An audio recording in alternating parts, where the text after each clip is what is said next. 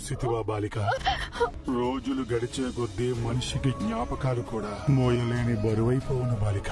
వాటిని కాపాడుకోవాలని చూసే కొలది మనసుకు గాయం అవుతూనే ఉండును. చూచితివా బాలిక, ఎందులోనైనను నీ ఛాయ కించెత్తైనను కనిపించినను నీ కుటుంబం మొత్తము ఒక్కసారిగా నీ జ్ఞాపకములతో ఎటుల బాధపడుచుంటిరో. మీకు వాళ్ళ మాటల్లో బాధ కనిపిస్తుందేమో గుప్తా గారు, నాకు నా మీద ఉన్న ప్రేమ కనిపిస్తుంది. చిన్నప్పటి నుంచి నేను పోగొట్టుకున్న ప్రేమ, నేను పొందలేని ప్రేమ అంతా నాకు కొన్నేళ్లలో ఈ కుటుంబం నాకిచ్చింది. అయినా ఇవాళ నాకు చాలా ఆనందంగా, చాలా బాధగా కూడా ఉంది గుప్తా గారు. ఇన్ని రోజుల తర్వాత నా పిల్లల్ని ముట్టుకోగలిగాను.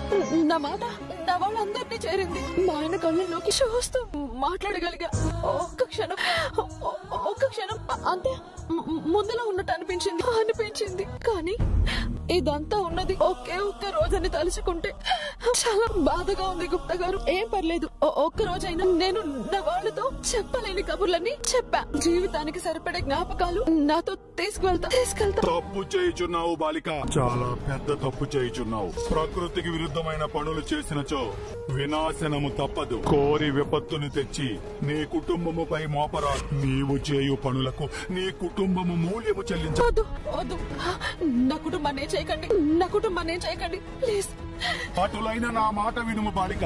నీవు ఇచ్చట ఉండినచో నీకు లభించిన శక్తిని ఉపయోగించి తలరాతను మార్చుటకు ప్రయత్నము చేసదు. దాని వల్ల విపత్తు తప్ప ప్రయోజనమేమీ లేదు. అందులో పరిస్థితి చేజారక ముందే మనము ఇచ్చట నుండి మాలోకమునకు బయలుదేరదాం. లేదు గుప్తా గారు, మీరెన్ని చెప్పినా మా ఆయన పెళ్లి మనోహరితో జరగదు అన్న భరోసా లేనిదే నేను ఇక్కడి నుంచి రాలేను గుప్తా గారు. మరైతే వినాశనమును సృష్టిస్తాననిదవు అంతే కదా? నీ కుటుంబమును కష్టములలోకి నెట్టేదననిదవు అంతే కదా? నీవు చేయు కర్మలకు నీ కుటుంబము మూల్యము చెల్లించవలననిదవు అంతే కదా? మరి నన్నేం చేయమంటారు గుప్తా గారు? చెప్పండి, నన్ను ఏం చేయమంటారు? నేనేం తప్పు చేశానని? చిన్నప్పటి నుంచి కష్టాలు ఇచ్చాడా దేవుడు? కానీ మరి నేను అడిగానా ఇలాంటి తలరాతిమ్మని? దేవుని నేను అడిగానా? చావుని నేను అడిగానా? చచ్చాక ఇక్కడి నుంచి నా వాళ్ళు నా కోసం పడి బాధని చూపించమని నేను అడిగానా?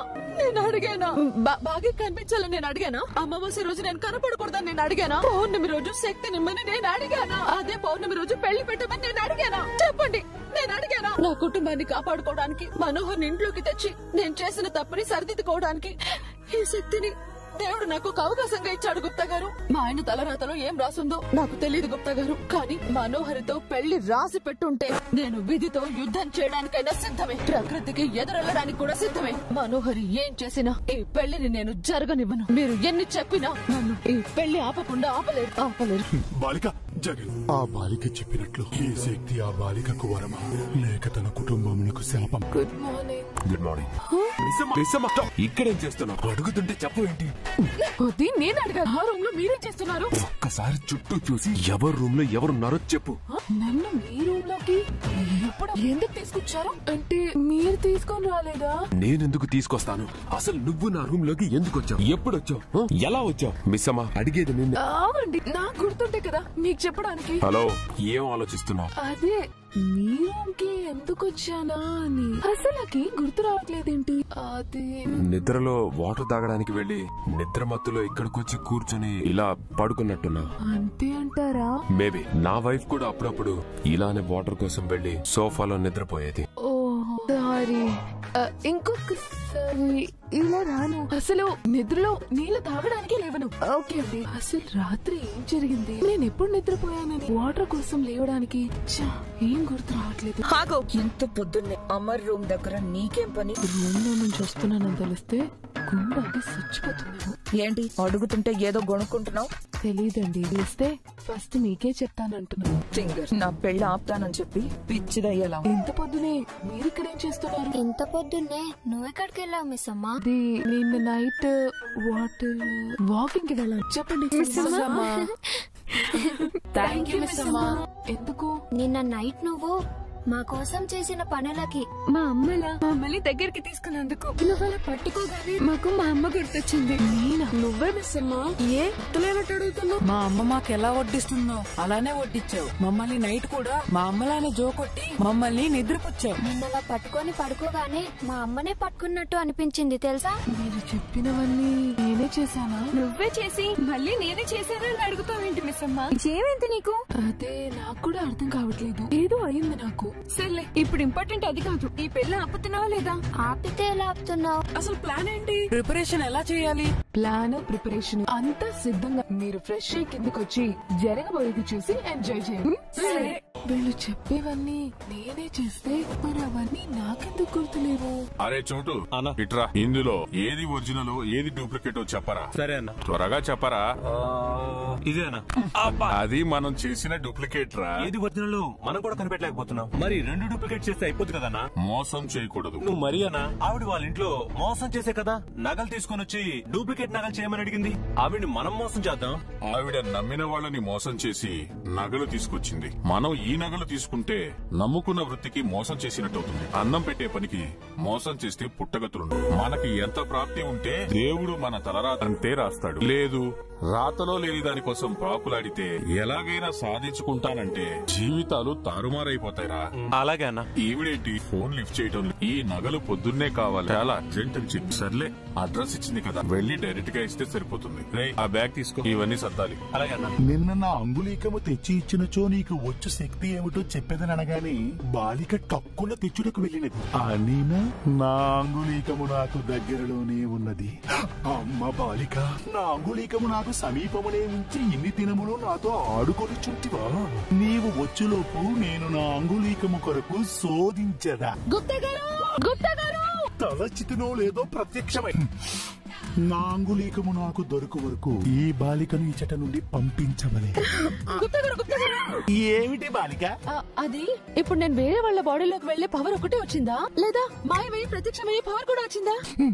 నాన్న ఇప్పుడు వస్తున్నారేంటి? నాన్న? అదే మిస్ అమ్మ వాళ్ళ ఫాదర్ ఏంటి ఇప్పుడు వస్తున్నారు? ఎందుకంటారు గుప్తా గారు? నాకేమి తెలియదు బాలిక. సరే అయితే నేనే తెలుసుకొని వస్తాను. నీవు ఆయనకు కనిపించవు కదా, ఎటులు అడిగదవు? ఇంకా అడగాల్సిన కర్మ మనకేంటి గుప్తా గారు? ఆయన బాడీలోకి వెళ్లి ఆయన మనసులో ఏముందో తెలుసుకొని వస్తా. Simple simple. విహారయాత్రకు వెళ్లి వచ్చేదన్నంత సులభముగా చెప్పుచుంటివి. అటులా అనవసరముగా వెళ్ళినచో ఉన్న శక్తి కాస్త కోల్పోవును. అమ్మో వద్దులే, వెళ్ళి రెగ్యులర్ స్పాట్ లో నించుని ఎందుకు వచ్చారో తెలుసుకుందాం. నీవు వెళ్ళవు, నేను రాను. ఎందుకు రాను? నాకు తెలుసుకొనవలనని లేదు, నేను రాను. నీకు ఉన్నది కదా, నీవు వెళ్ళము. ఓకే, మీ ఇష్టం. ఈ బాలిక ఇచ్చటే ఉన్నచో నేను నా అంగుళీకము కొరకు శోధించుట అసాధ్యము.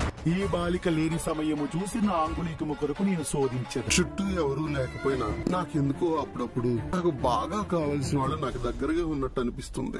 మీ ఆరోగ్యం బానే ఉంది కదా? ట్రీట్మెంట్ బానే జరుగుతుంది కదా?